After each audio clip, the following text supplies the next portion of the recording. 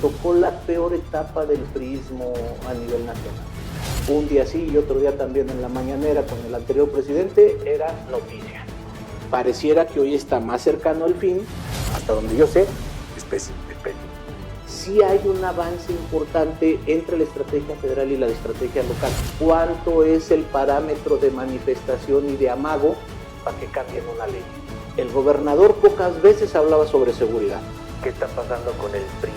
Nuestras condiciones hoy son diferentes, es diametralmente diferente a lo que lo fue con Andrés Manuel López Obrador. Muchos priistas siguen teniendo las remembranzas de lo que ya se fue. Es una burla para los mexicanos. A rajatabla. ¿Qué tal? ¿Cómo están? Bienvenidos al episodio número 7 de A Rajatabla, este podcast de entrevistas con los protagonistas de la política de Guanajuato y México. Yo los invito a que sean parte del acontecer de nuestro estado y país. Comenzamos. En Conspirando te presentamos A Rajatabla. La entrevista con los protagonistas de la política de Guanajuato y México.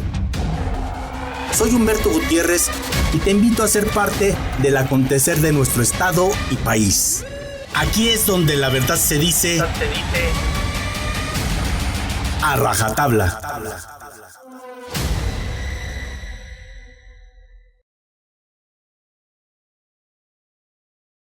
Y bien, en este episodio número 7 de A Rajatabla, me da mucho gusto tener aquí en los teléfonos, porque no son cámaras, en los teléfonos de A Rajatabla al diputado Alejandro Arias, que es coordinador parlamentario del Partido Revolucionario Institucional en el Congreso del Estado en esta 66 legislatura. Profe, líder, bienvenido a Rajatabla. Muchas gracias por la oportunidad, Humberto. La verdad es que me parece que es un buen ejercicio, un ejercicio diferente, que entiendo ya algunos hasta lo andaban queriendo copiar. Pues ya por ahí los están copiando, pero bueno. Pero bueno, siempre es importante ser punta de lanza y abrir camino, y me parece que esta es una manera innovadora de informarle a la gente la que estás planteando tú. Muchas gracias por la oportunidad. No, al contrario, coordinador, empezamos a rajatabla aquí. Para este segundo periodo o segundo año de ejercicio de esta 66 legislatura del Congreso local, vamos a empezar en orden, diputado, la agenda legislativa del grupo parlamentario. ¿En qué nos vamos a basar para este? Mira, me parece que en esta parte hay tres temas fundamentales y que de alguna manera ratifican lo que hemos venido haciendo. La verdad es que las iniciativas que hemos implementado durante todo el primer periodo han sido iniciativas que yo siempre lo digo y qué bueno que me das la oportunidad de comentarlo, surgen de las demandas, de las necesidades y de la problemática social, todas. Ninguna tiene ninguna otra intención sino responderle a la ciudadanía con legislaciones o propuestas de iniciativas que le permitan a los operadores de la norma poder darle respuesta a las necesidades de la gente. Y fundamentalmente hemos estado en los temas de seguridad, en los temas de movilidad, en los temas de educación, en los temas del campo, como tú sabes, y de ahí se desprende la siguiente parte de la pregunta. La diputada Ruth Tiscareño es la presidenta de la Comisión de Asuntos Electorales, que es un tema que pronto va a estar en la palestra. Ahorita está en el ámbito federal, pero habrá que ver cómo se plantea en el ámbito local. Y la otra presidencia que el grupo parlamentario tiene la diputada Rocío Cervantes, que como tú sabes viene de ser presidenta municipal y está en la comisión del campo, que es un asunto importante porque la problemática que hoy vive el campo guanajuatense como a nivel nacional, pues tiene muchas complicaciones. Sí ha llovido mucho ahora, pero pues ahora lo que se necesita es cómo hacer producir la tierra, y la verdad es que tanto a nivel federal como a nivel local me parece que se debe de reforzar la inversión en el campo, que en otro tiempo convirtió a Guanajuato en el granero de la nación. Hoy algunos hablan de que es el congelador, pero bueno, entre el granero y el congelador, pues a lo mejor prefieres el granero, sí. Pero me parece que son rutas que se van a tener que seguir trabajando, y la otra necesariamente es la de la seguridad. Porque hoy nos dan cifras, luego medio se contradicen unos con otros. Por un lado, la presidenta en su mitin hablaba de un porcentaje de disminución de la violencia en Guanajuato, y luego García Harfuch salió que era más. Sí. Pues eso es lo que luego te genera ahí. Un medio de comunicación dice que ¿no? Tiene otros números. Que tiene otros datos. Entonces, pero lo cierto es que al final de cuentas, el reto importante de la seguridad para los gobiernos es la percepción ciudadana. Si la percepción ciudadana respecto de la seguridad sigue siendo que altos porcentajes de la gente tiene miedo a hacer su vida cotidiana, algo está pasando ahí. Y eso tiene que ser una llamada permanente de enfocar las baterías. Sí es cierto, y hay que reconocerlo, y hay que decirlo con mucha claridad, porque también cuando las cosas se hacen bien hay que reconocerlas. Sí hay una disminución. Guanajuato permanentemente, un día sí y otro día también en la mañanera con el anterior presidente, era noticia, porque era donde más homicidios dolosos había, donde había más violencia, el presidente se iba en contra de Guanajuato, y hoy hemos visto a una gobernadora que ha sabido entrarle a la relación con la federación. Y eso ¿ustedes qué opinan? No, pues me parece que es muy bueno, porque al final de cuentas, a ver, una actitud es la que tienes que asumir en tiempos electorales, y otra es cuando ya eres gobierno. Y cuando eres gobierno, tienes que tratar de que te vaya lo mejor posible en la relación entre diferentes instancias de gobierno. Entonces, me parece que la gobernadora lo está haciendo muy bien con la instancia federal, pero también hay que reconocerlo, y lo digo con toda claridad, la actitud de la presidenta de la República para con Guanajuato es diametralmente diferente a lo que lo fue con Andrés Manuel López Obrador. Entonces, fueron 6 años perdidos con el anterior. Bueno, pues acuérdense que era lo que sucedía, que era lo que permanentemente sucedía. El gobernador pocas veces hablaba sobre seguridad, y el presidente de la República diario estaba sobre seguridad, pues digo. Bueno, y también los responsables de las áreas de seguridad también no decían nada. No, a ver. Ahora tampoco, pero se está viendo el trabajo, ¿no? No, bueno, está viendo resultados, y me parece también que luego las áreas de seguridad, entendiendo que deben ser muy cuidadosas en lo que dicen y en la exposición a medios, pues finalmente tienen que buscar un mecanismo eficiente de dar a conocer los avances que se tienen. Me parece que el área de seguridad en el Estado, que Juan Mauro lo está haciendo bien, y hay que reconocerlo, que faltan muchas cosas por hacer, indudablemente. Que es medio mamón, pero lo está haciendo bien. Sí. Oye, profe, bueno, ya que estamos hablando del tema de seguridad, la iniciativa esta de los cascos de las motos, que incluso ya está por abrogarse para cambiarse por otro lado, causó mucha polémica el año anterior. Sí. A ver, te platico. Pero déjame comentarte, permíteme. Sí. Las motocicletas son un desmadre en Guanajuato. Sí. Andan por donde quiera, se quieren meter por donde quiera, se sienten dueños de las calles, les tienes que dar el paso, cometen delitos y se sienten intocables. Y no hay una regulación real, a no ser de que haya operativos, de que levantan 10, 20 motos, pero no pasa de ahí. Pero no están en regla, profe.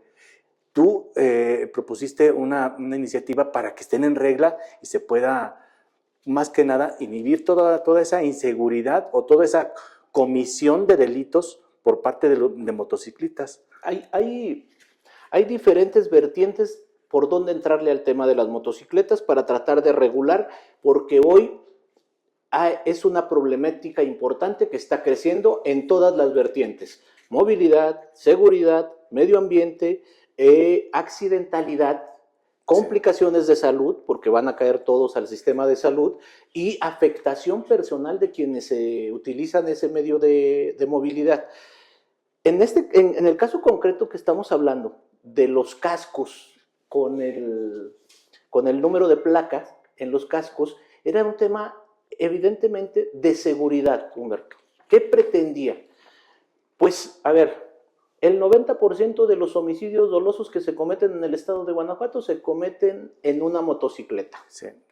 Entonces, pues es alarmante. Tú ya ves a los lados de ti se estaciona una motocicleta y te pones nervioso, no sabes qué va a pasar, Sí. ¿no? Entonces, pero también es cierto que está creciendo la movilidad de las familias por motocicletas. ¿Qué quiere decir esto?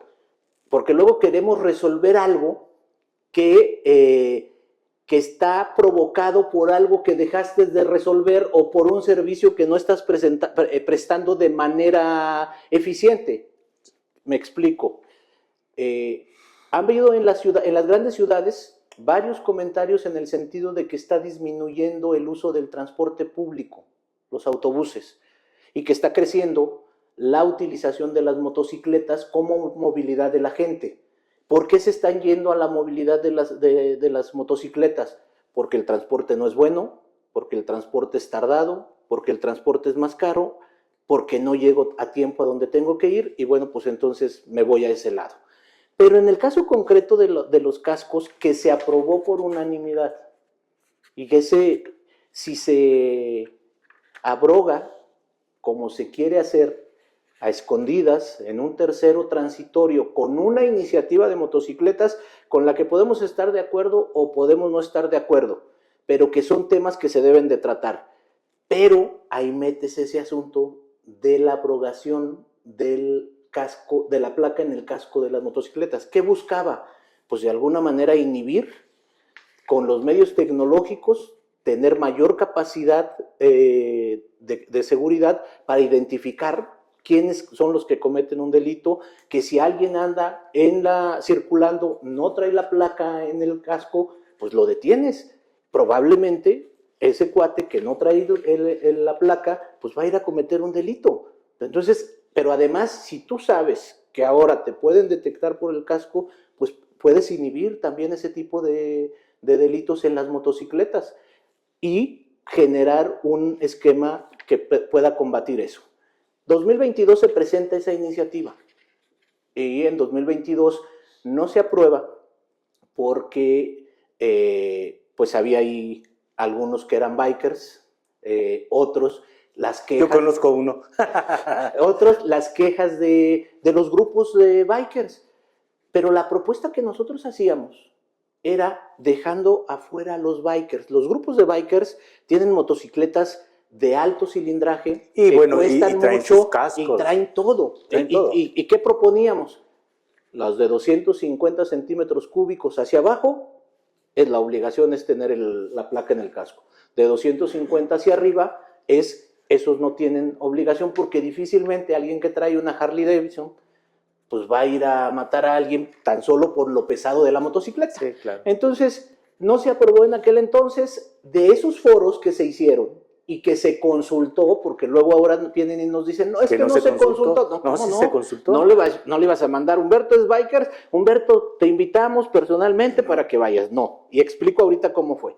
De esos foros o de esas mesas de trabajo surge la propuesta que nuestro compañero Víctor Zanella presenta para lo que llamó los motorratones, de los padrones de motocicletas y los padrones de los expendedores de motocicletas que se vieron con 4 foros.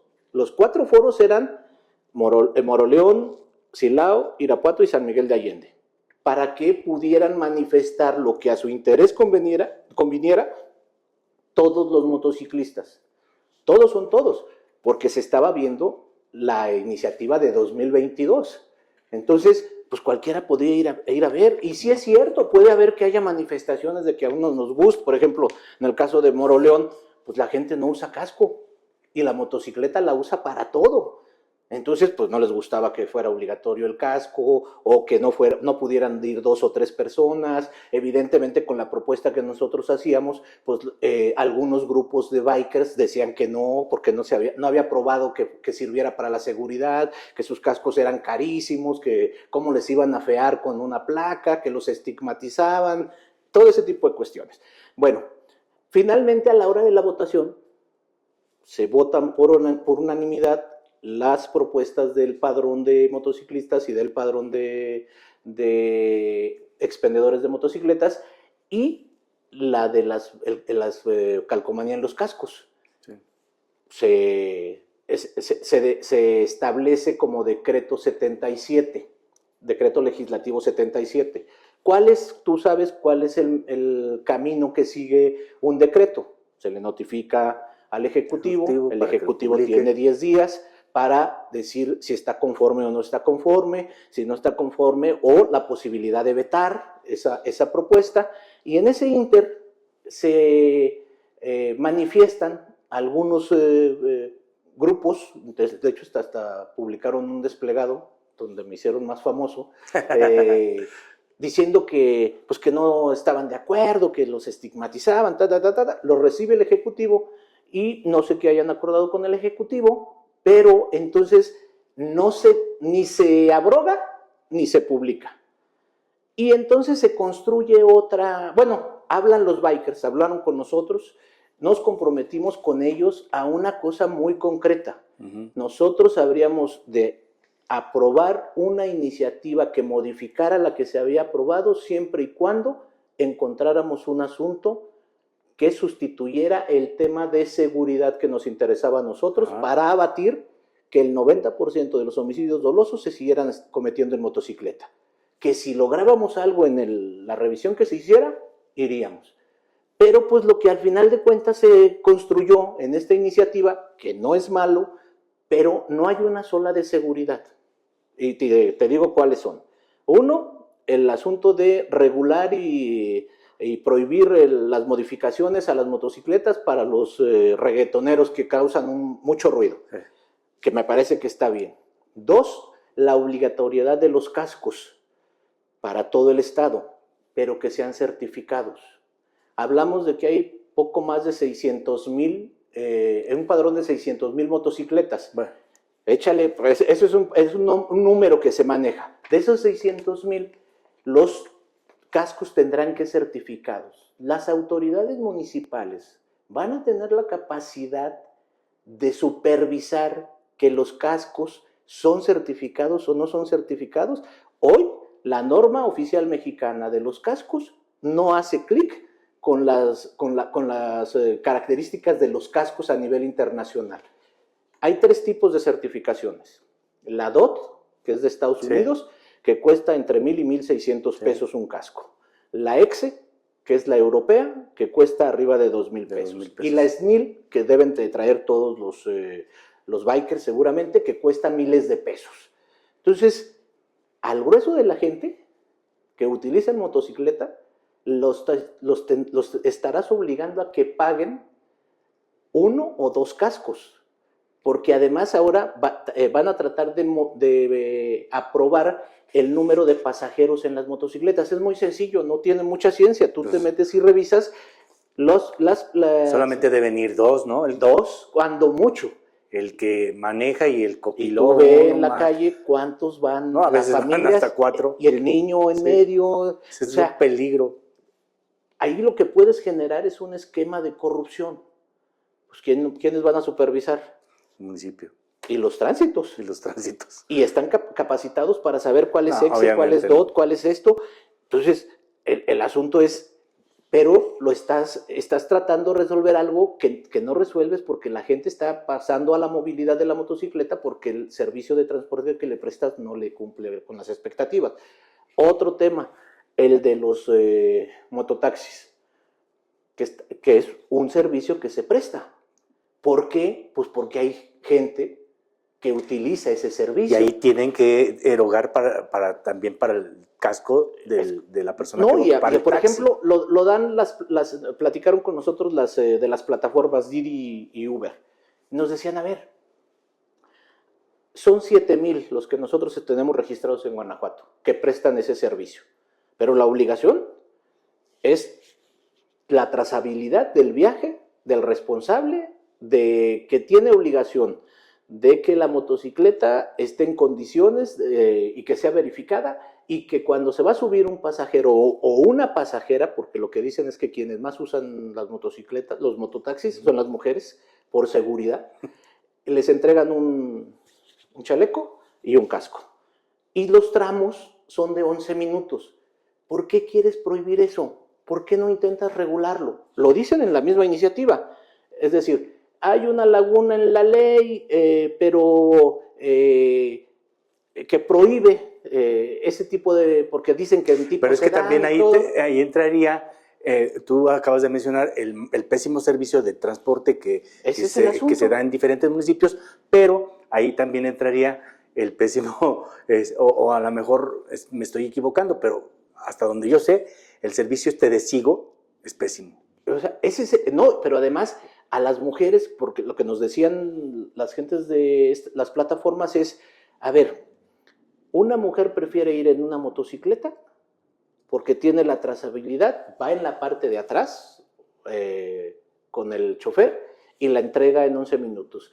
¿Quiénes son las que más utilizan? Las mujeres. ¿Por qué? En las zonas fabriles de las grandes ciudades, cuando sales de trabajar tarde, tienes que caminar entre la zona fabril industrial 3 o 4 cuadras para llegar a una zona de bulevar donde puedas agarrar un medio de transporte.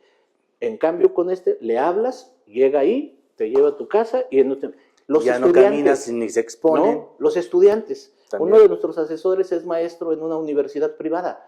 Y cuando se dieron cuenta de la propuesta, decía, oiga, nosotros de aquí de la escuela, porque salen 10 y media, de aquí de la escuela pedimos de las motocicletas y nos llevan hasta la puerta de nuestra casa. Entonces, no lo prohíbas, regúlalo. Sí dice que la iniciativa, aunque no lo establece como modificación, sino dice, sí, sería cuestión de revisar que se den permisos especiales. Pues si vas a entrar a una modificación, de una vez plásmalo. Claro. No lo prohíbas como lo estás prohibiendo ahorita, ¿no? Entonces, ese tipo de cuestiones, pues finalmente, el problema de las motocicletas lo debemos de reconocer, tú lo decías al principio que tocábamos este tema, son un desmadre, palabras tuyas, no mías. Entonces, sí, es que son un desmadre. Tiene que haber un intento de regulación, pero hagámoslo en función, no de tapar un hoyo. La iniciativa ni siquiera ni siquiera ha visto la vida. ¿Cuál es el mecanismo que debería seguir esa iniciativa? Ya está aprobada, que se promulgue, que quienes se sientan afectados con esa reforma tengan a salvo sus derechos de ir ante las instancias judiciales para proceder. Claro. Si la paran, pues hay un mandato legal que tendría que pararse. Pero si no la paran, pues tienes todavía, le das tiempo para que pueda funcionar y revises con el área específica del Congreso, del seguimiento legislativo, de si funcionó o no funcionó en un año. Y si no funcionó, lo que llamamos el estudio ex post, una ley funciona o no funciona, si no funciona, pues hay que modificarla o hay que derogarla. Claro. Pero ¿por qué con un amago de una manifestación, de un grupo, intentas abrogarla sin ni siquiera ponerla en marcha? Cuando se aprobó por unanimidad, ¿qué le vamos a...? Bueno, yo sí sé qué le voy a decir. ¿Qué le vamos a decir a la gente cuando, digamos, se aprobó por unanimidad, pero ahora le echamos para atrás? ¿Por qué? Pues porque amagaron al Ejecutivo. Fueron a presionar. A ver, pero, entonces todos los temas que hay, pero como tú lo dices, se aprobó por unanimidad. O sea, los panistas votaron a favor. No leímos. La gobernadora supo que los panistas votaron a favor. ¿Y ahora por qué retroceder? Imagínate el precedente que se sienta, Humberto. O sea, porque temas, ya van y presionan y ya. Es que temas escabrosos en el Congreso siempre hay. Y ahí te viene el matrimonio igualitario, sí, y ahí te viene el aborto otra vez.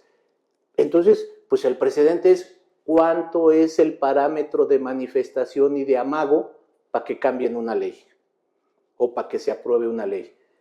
Pues ya nada más hacen su apachito y ya. ¿Cómo firmas, cómo apruebas algo y luego te desdices.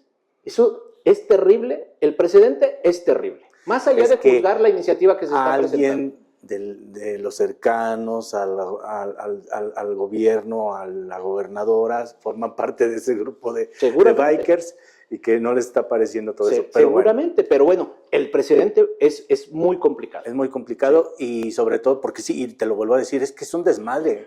Sí. Tú vives en la ciudad de León, así es. Tu servidor vive aquí en Guanajuato y es un verdadero... Y salen como si fueran hormiguitas. Ahora es que sí es cierto, en la parte de la complicación de las motocicletas, los accidentes que sufren los motociclistas que a la postre van a caer al sistema de salud. Otra cosa, no están asegurados. Ese es el tema. Por ejemplo, en el caso de Uber, tienen que tener seguro. Sí, pero yo te aseguro que la mayoría no tienen seguro. Bueno, es que tendrían que... Por ejemplo, esa sería parte de la reglamentación que se debería porque la responsabilidad es para uno como automovilista. O sea, tienes un accidente y tienes que pagarle o casi volverlo a hacer. Sí, porque además pues no traen cobertura más que en el casco. Y algunos no. Algunos, y muchos no. Pues ese es el tema. Vamos a ver qué pasa con esta iniciativa.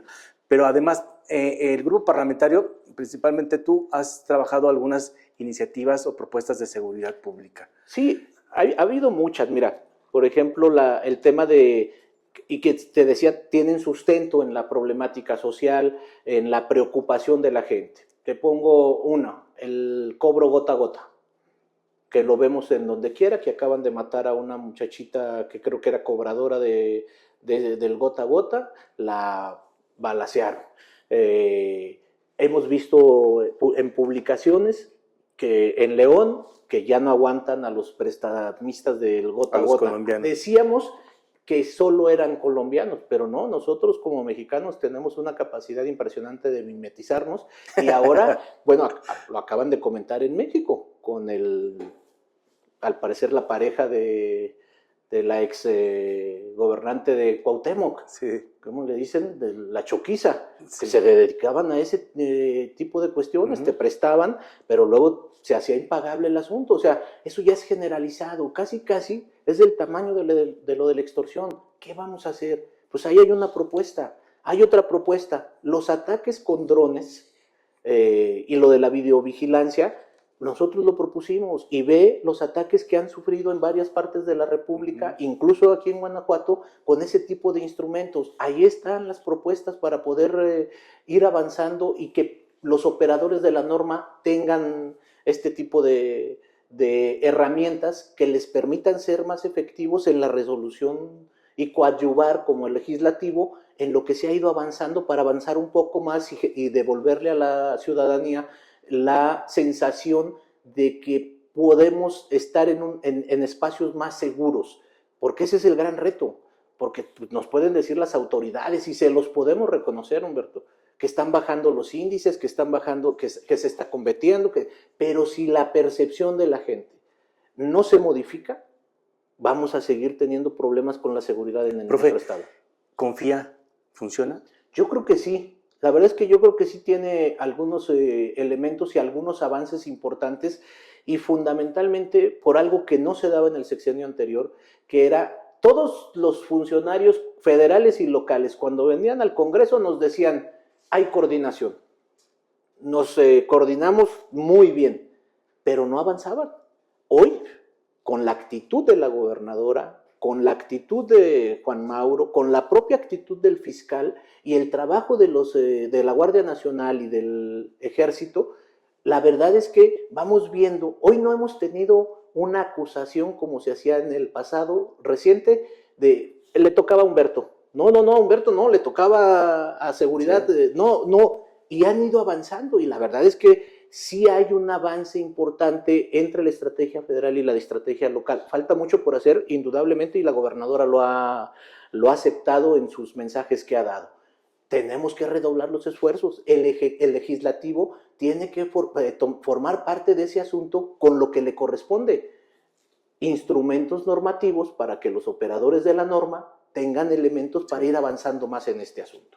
¿En educación cómo estamos? En educación yo he propuesto dos temas importantes. Uno, es el que en los salones de las escuelas solo haya 25 alumnos, para darle posibilidad a los profesores y profesoras, y esta es una sugerencia de ellos, de poder atender con mayor atención y calidad a los niños. A ver, si uno que tiene un hijo o una hija, para atenderla está cañón, pues imagínate los maestros sí, con 45 niños, qué tipo de atención, qué tipo de educación puedes darles. No te da el tiempo, porque además no solo es enseñarles, sino es saber, porque ahí pasan una gran cantidad de tiempo, qué problemas tiene Humbertito, qué le afecta, por qué es tan agresivo, por qué se pelea, por qué llora en clases, por qué, y poder tener una conexión con ellos que te permitan. Es mucho más fácil en algunas ocasiones que le digan a una gente extraña, pero con conocimiento de ellos, como son los maestros, pues lo que sucede en su casa. Pues sabes que mi papá le pega a mi mamá, o me pega a mí. Eso, la reducción te permite el conocimiento más amplio, más allá de solo el sistema. Y el bullying. Ese es el asunto. A ver, pues ¿quién es la identificación de ese tipo de cuestiones? Le permite al maestro y a la maestra, a los que le reconocemos su trabajo titánico, darles elementos para que puedan hacer mejor su trabajo y podamos tener una niñez con mayores alcances educativos, afectivos y emocionales, que ese es un tema que no le hemos entrado. Y otro tema es el de qué pasa con los niños que se quedan sin el sustento para poder estudiar, o si se quedan sin el papá, sin la mamá o sin los dos. El Estado tendría que tener la responsabilidad de crearles las condiciones para que puedan seguir estudiando. Y es lo que llamamos el seguro educativo para los niños que caen en esa situación. ¿En qué estatus están esas iniciativas? Están en las consultas, que ese es otro asunto también que se tiene que revisar. Cuando no te interesa o no interesa, pues a los que consultas no mandan la información y se va quedando ahí, se va quedando rezagada. Y ese es un llamado que yo siempre he dicho, a ver, más allá de quien proponga lo que proponga, pero que sea algo bueno, independientemente de si es el grupo mayoritario o si es una representación parlamentaria, pero es algo que sirve, Humberto, pues dejemos a un lado claro, la mezquindad de no va a ser reconocido para nosotros. Y las iniciativas. Pero aquí entra otro aspecto, profe, el interés superior de los niños, y que es brindarles una educación de calidad. Ese es el asunto. Y eso es lo que necesitamos ir haciendo. Ya vendrán los tiempos electorales. Entonces ahí, bueno, pues ya serán otras las condiciones. Pero ahorita lo que tenemos es cómo el Poder Legislativo, qué elementos le damos a los operadores de la norma para que resuelvan la problemática que aqueja a los guanajuatenses. Un tema más legislativo, profe.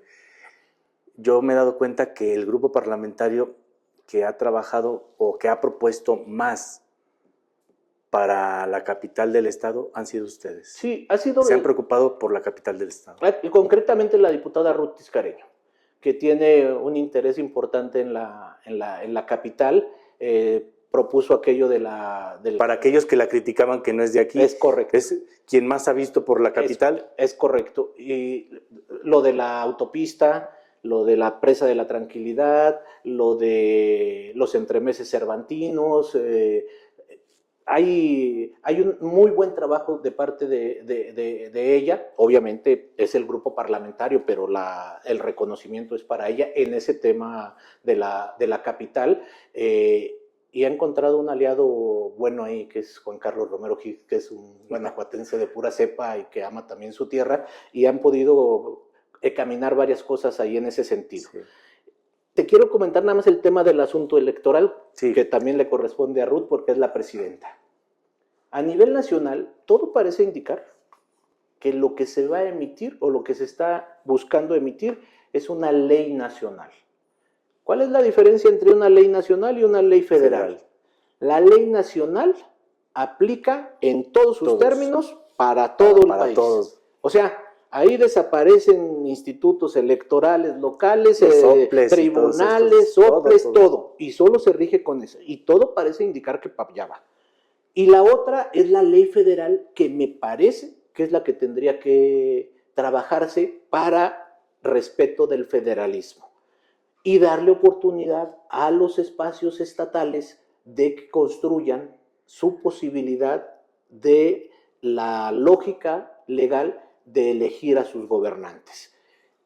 Ese es un asunto que en los próximos días va a estar en juego. Yo creo que la ley nacional es lo que pretende la presidenta y su partido y sus grupos parlamentarios, pero me parece que tenemos que sumarnos en el asunto del federalismo, del respeto al federalismo, que es lo que nos da esencia como república. Oye, profe, ahorita que estás, bueno, tocaste el tema electoral.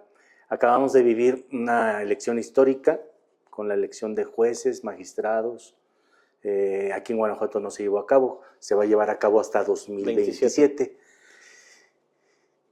¿Qué opina el PRI de toda esta elección? O mecanismo para elegir a los juzgadores. Bueno, a ver, pues ya lo vimos en el tema que acabas de comentar que pasó. Es una faramalla, es una burla para los mexicanos, cómo desde el poder se indujo a quienes querían en los espacios, que fueron los que ganaron al final de cuentas usando el mecanismo de los acordeones. Imagínate tú en algún otro país democrático que eso sucediera, pues estamos viviendo en el país de los absurdos. O sea, en otros momentos que algún otro partido hiciera lo que hoy hace Morena, imagínate tú a alguien con las acusaciones que tiene Adán Augusto, con otro partido, con el PRI, con el PAN, con el PRD. No me quiero imaginar a estos que hoy están gobernando lo que estarían haciendo y lo que estarían diciendo. Y hoy no pasa nada.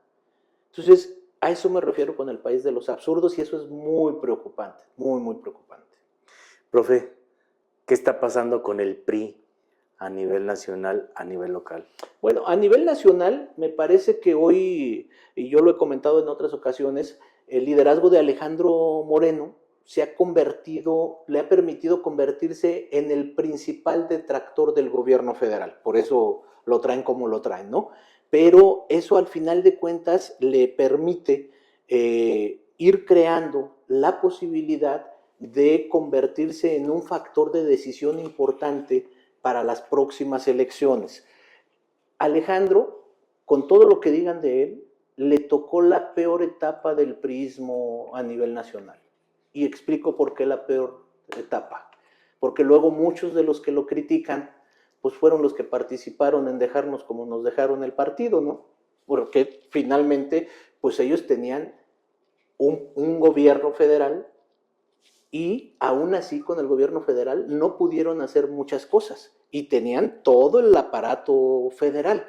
Y Alejandro llega en el 2018, después de que pierdes llegó en el 2019, después de que pierdes el 2018. Y ahí, sin gobierno federal, con gobernadores entregados a Morena por miedo, por conveniencia o seguridad, porque pues los podían no estar en esa embajada donde están ahora, sino en otro lugar, y prefirieron la embajada y entregaron todo.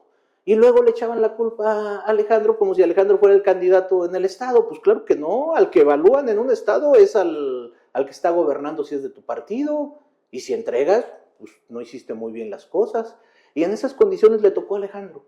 Y ha venido remando contracorriente, porque además, bueno, decían algunos, no, es que va a estar entregado a Morena, es AMLito, y AMLito va a tener, pues ahí está, el único dirigente nacional que se pone los guantes y que se va con todo es él. Entonces eso, la verdad es que a nosotros nos infunde mucha seguridad. Ha ido construyendo el partido. A nivel estatal, la dirigencia estatal que encabeza Ruth Tiscareño y Bonifacio Rodríguez, están construyendo los comités municipales, los consejos políticos estatal, municipal, para tener una estructura que nos permita, hay capacitaciones permanentes para que nos permita construir una posibilidad de opción en los municipios. Tú lo has dicho, Alejandro Moreno ha sido polémico y se ve que es el único contrapeso, el que se ha puesto los guantes, que se ha madreado ahí a varios ahí, pero bueno, también es de todo sabido pues que ha ido mermando en posiciones en ganar elecciones. Era el partido hegemónico, el partido que construyó México, instituciones que actualmente todavía existen, que no han sido desmanteladas por Morena, pero que todavía existe. El partido, bueno, de los presidentes, de la formación de políticos, de grandes políticos. La mejor escuela de políticos. La mejor escuela de políticos. De eso no se puede negar. Porque van a decir, es que tú eres priista. Pues no, pero yo crecí. Bueno, aquí el último gobernador, Rafael Corrales Ayala, fue todo un señorón político. Así es. Y ya no hay. A ver. Y eso les ha mermado a ustedes. A ver, es que tampoco debemos desconocer algo que luego muchos priistas no acabamos de entender. Perdón. Y aparte el abandono. Bueno, a ver, muchos priistas, que incluso a veces no participan tanto, siguen teniendo las remembranzas de lo que ya se fue, de lo que ya no está, y seguimos actuando como si lo tuviéramos, como si fuéramos el partido en el poder, como si partido hegemónico, de todo, y queremos seguir actuando igual. No. Si no nos cae el 20 de que hoy las condiciones del Partido Revolucionario Institucional a nivel nacional y a nivel estatal son diametralmente diferentes a aquellos tiempos, no podremos actuar en consecuencia. Es como los alcohólicos. Cuando un alcohólico no toca piso, pues puede desaparecer, puede morir.